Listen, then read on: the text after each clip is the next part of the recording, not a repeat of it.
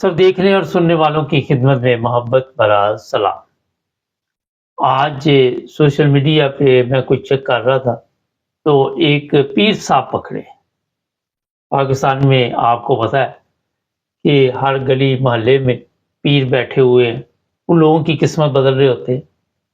اور اگر دیکھا جائے تو پاکستان کا سسٹم جو ہے وہ پیروں، فقیروں، مولویوں اور اس طرح کے لوگوں کے ساتھ ایسا وابستہ ہوا ہے، مگر ہماری قوم کو آج تک یہ سمجھ نہیں آتی کہ نہ پاکستان کی حالت درست ہو سکی اور نہ عوام کی ہو سکی، اور جو مزے کی بات ہے کہ نہ ان پیروں فقیروں کی حالت درست ہو سکی۔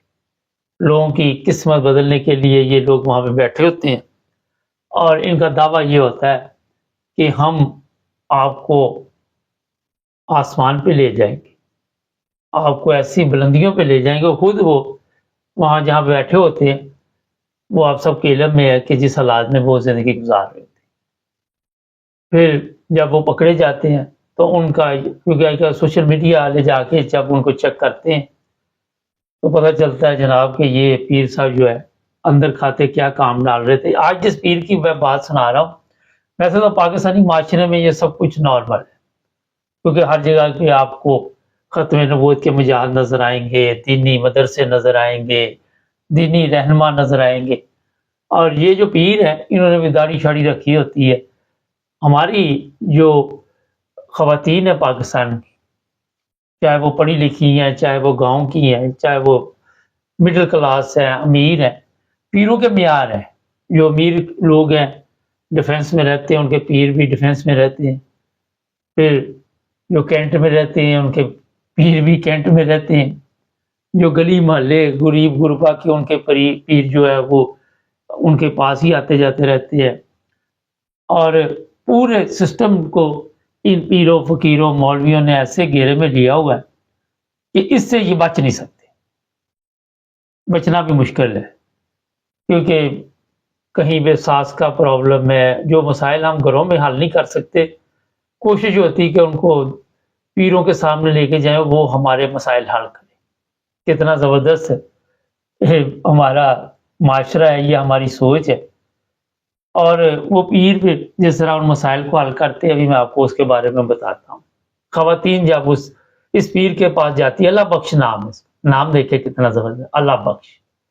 اللہ بخش کے پاس جب خواتین لڑکیاں جاتی ہیں، کسی کو یہ پرابلم ہوتی ہے کہ جو محبوب ہے وہ ناراض ہے، کسی کو یہ پرابلم ہوتی ہے کہ ساس جو ہے وہ ظلم کرتی ہے، کسی ساس کو یہ پرابلم ہوتی ہے میری بہو وہ جو ہے وہ غلط راستے پہ چل پڑی ہے، میری بات نہیں مانتی، وہ خامد کی بات مانتی ہے۔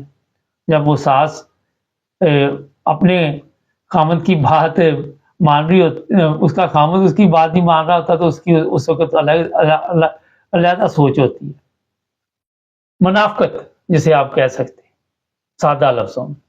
اچھا، اب اس پیر کی کہانی سنے جناب۔ یہ پیر عرصہ دراز سے وہاں پہ بیٹھا ہوا، اور جو لوگ بھی اس کے پاس آتے تھے ان خواتین کو یہ کہتا تھا کہ جو تعویذ میں آپ کو دوں گا وہ کہاں پہ میں رکھوں گا تو اثر کرے گا۔ اگر کسی میں کوئی شرم یا خواتین ایسی ہوں جن میں کوئی ایسی چیز ہو کہ کوئی تھوڑی بہت ہی غیرت ہو تو اس کی بات سن کے بھی ان کو سمجھ آ جائے، مگر کیونکہ پوری قوم جو ہے اس کی سمجھ ویسے ہی ماری گئی ہے، ویسے ہی ان کی حالت جس طرح گندی چیزیں، ملاوٹ والی چیزیں، ملاوٹ والی زندگی، ملاوٹ والا سسٹم، ملاوٹ والے قوانین، ہر چیز میں ملاوٹ۔ اسی طرح اگر وہ نماز بھی پڑھ رہی تو اس میں ملاوٹ ہے۔ اگر کوئی نماز پڑھتا ہے تو پھر اس کو خدا تعالیٰ پہ یقین ہونا چاہیے کہ خدا تعالیٰ اس کے حالات تبدیل کر سکتا ہے۔ یہ پیر فقیر تو اپنی حالت ٹھیک نہیں کر سکتے، اور جو لوگ ان کے پاس جاتے ہیں کہ ہماری قسمت بدل دے، ان کی بہتر ہوتی ہے حالت۔ جو سڑک پہ بیٹھا ہوا ہے اس کی حالت کا بیڑا گرک ہوا ہوتا، اب وہ ان کی حالت بدلے گا۔ اندازہ لگا سکتے اس قوم کی سوچ کا۔ فقیر قوم، غریب غربا، امیر، دماغ جو ہے وہ بالکل کام کرنا چھوڑ کے مذہبی طور پہ نہ کچھ سیکھا، نہ مولویوں نے سکھایا، کیونکہ ان کی بھی دکانداری، پیروں کی بھی دکانداری۔ آپ کو یاد ہوگا وہ ایک شف ہے، وہ ایک دفعہ ناصر مدنی کے ساتھ لڑ پڑا تھا، پھر معاہدہ ہوا کہ یار میری بھی دکان بند کروائیں گا، اپنی بھی کروائیں گا۔ تو یہ پیر صاحب جو تھے یہ اپنا بزنس چلا رہے تھے، سب نے کوئی نہ کوئی طریقے کے ساتھ اوپر بیڑیے کی کھال جو ہے وہ اوپر لی ہوئی ہے، اور لوگوں کی بچیوں کو، لوگوں کی خواتین کو چیر پھاڑ رہے ہیں۔ جس کے گھر میں اولاد نہیں ہے وہ کہتی جو مرضی ہو جائے، پیر صاحب مجھے اولاد چاہیے، میری ساس گھر سے نکال دے گی۔ اور جو یہ میں نے بتایا کہ مختلف درندے بیٹھے ہوئے ہیں، اوپر سے داڑھی رکھی ہوئی ہے۔ وہ ایک چڑیا گھر تھا نا، اس کا جو چیتا تھا شاید وہ مر گیا، تو ان کو چیتا نہ ملے تو انہوں نے اشتہار دیا، تو ایک بندہ آ گیا، اس کو کہا کہ یہ کھال آپ نے نا چیتے کی ڈال کے تو یہاں پہ بیٹھنا تھا کہ ہمارا وہ جو لوگ تماشبین ہے وہ آگے دیکھتے تو رہے۔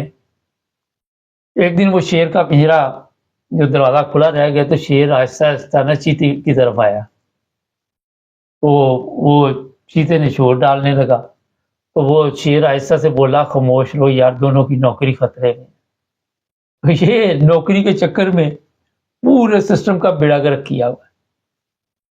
اب یہ پیر صاحب کے پاس جی خواتین آتی تھی اور ان کو کہتی تھی جی ہمیں تویز دو، تو خواتین کو یہ کہتا تھا کہ آپ کو میں تویز دے نہیں سکتا، آپ کی شرم گاہ میں یہ تویز رکھوں گا۔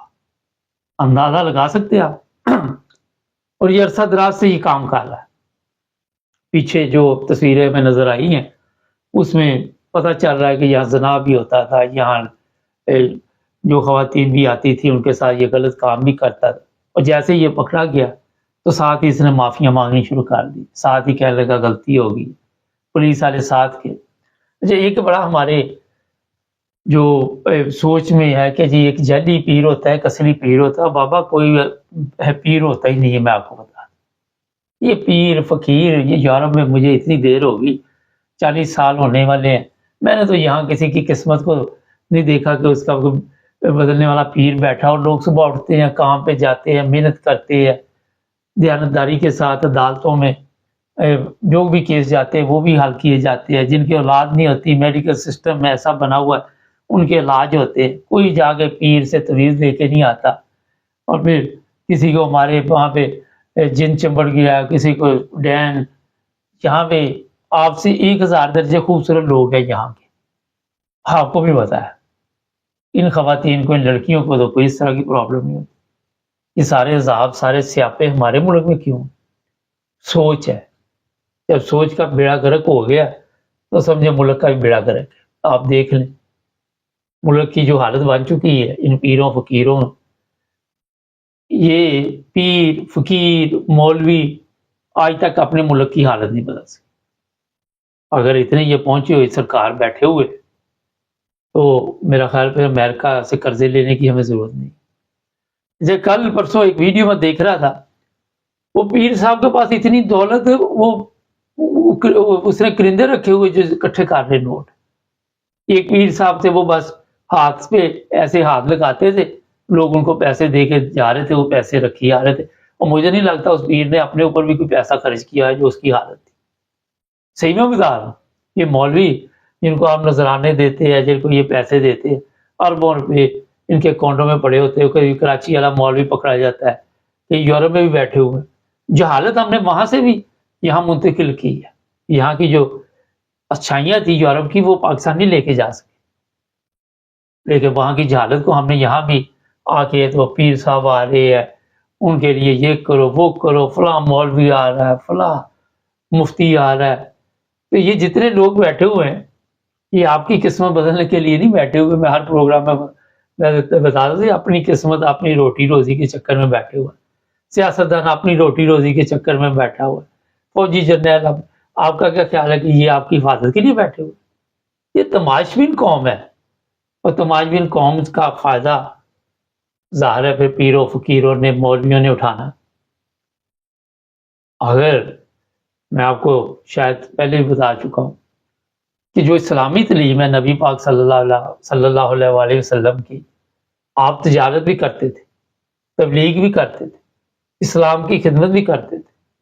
یہ نہیں کہ آپ نے تجارت چھوڑ دی اور اسلام کی خدمت شروع کر دی، سب کچھ اپنے روزگار کے لیے بھی وہ جو بھی اسٹرگل تھی وہ کرتے تھے۔ یہاں سے اندازہ لگائیں کہ اس وقت کے اسلام میں اور آج کے اسلام میں فرق دیکھ لیں گے. آپ ان کو پیسے دے رہے کہ یہ اسلام کے لیے کام کریں اور اسلام کی جو حالت بنی ہوئی وہ آپ سب کے علم ہے, سب کے سامنے. ہم اسلام کے مطابق یہ نہیں چاہتے کہ ہم زندگی گزاریں, مگر جس طرح پہلے پروگرام میں بتاتے, کوشش یہ ہوتی کہ اگر ہم امریکہ میں تو ہمیں کوئی اسلامی اسکول مل جائے, ہم انگلینڈ میں اسلامی اسکول مل جائے, پاکستان میں ہے تو انگریزی اسکول مل جائے. یہ سوچ ہے ہماری, انگلینڈ کا اسکول مل جائے. پھر بڑے فخر سے بتاتے ہیں امریکن یونیورسٹی میں ہمارا بیٹا پڑھ رہا ہے, انگلینڈ کی فلاں یونیورسٹی میں پڑھ رہا ہے.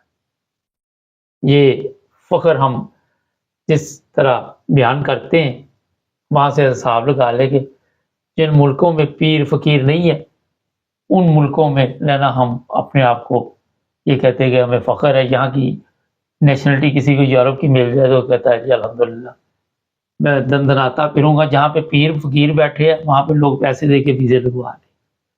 یہاں پیر فقیر نہیں بیٹھے, یہ جرمن پاسپورٹ پکڑے آپ جہاں مرضی نکل جائے, کوئی آپ کو پوچھتا ہی نہیں. جہاں پیر فقیر بیٹھے ہوئے وہاں کا پاسپورٹ لے کے نکلے, آپ کو سائڈ پہ لگا لیں گے کہ ذرا پوچھتے ہیں آپ سے کہ آپ نے ویزا کیسے لے لیا. اب خواتین ہیں وہ کہتے ہیں کہ جنت ماں کے قدموں کے نیچے ہے, مگر ان ماؤں کے قدموں کے نیچے ہے جو نیک مائیں ہیں, جو پیروں فقیروں کے پاس جاتی. یہ کیوں آج معاشرے کا بیڑا گرک ہوا ہے؟ آج آپ کو کیوں نہیں کوئی سلطان صلاح الدین ایوبی نظر آتا؟ یہ اکثر پیروں فقیروں کی پیداوار ہے. میں بالکل ٹھیک کہہ رہا ہوں آپ کو. جتنے یہ لوگ جاتے ہیں داتا دربار ادھر ادھر, مجھے سمجھ نہیں آتی. وہی اگر آپ خدا تعالیٰ کے آگے اپنے مسائل بیان کرے تو وہ آپ کی مدد کرے گا. مردوں نے آپ کی کیا مدد کرنی, وہ تو اپنی زندگی گزار چکے, اور انہوں نے آپ کو یہ بھی نہیں کہا کہ ہمارے مزاروں پہ آ کے آپ دمال ڈالیں, پنگڑے ڈالیں, یہ کریں وہ کریں. کسی نے بھی آپ کو, کسی نے بھی نہیں یہ کہا ہوگا.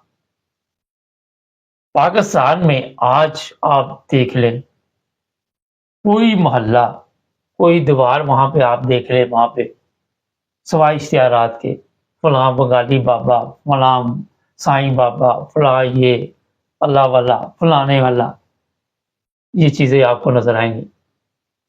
کراچی چلے جائے, لاہور چلے جائے, فیصل آباد چلے جائے. اب تو وہ اپنا کئی تو وہ آن لائن دم کرنا شروع کر رہے ہیں.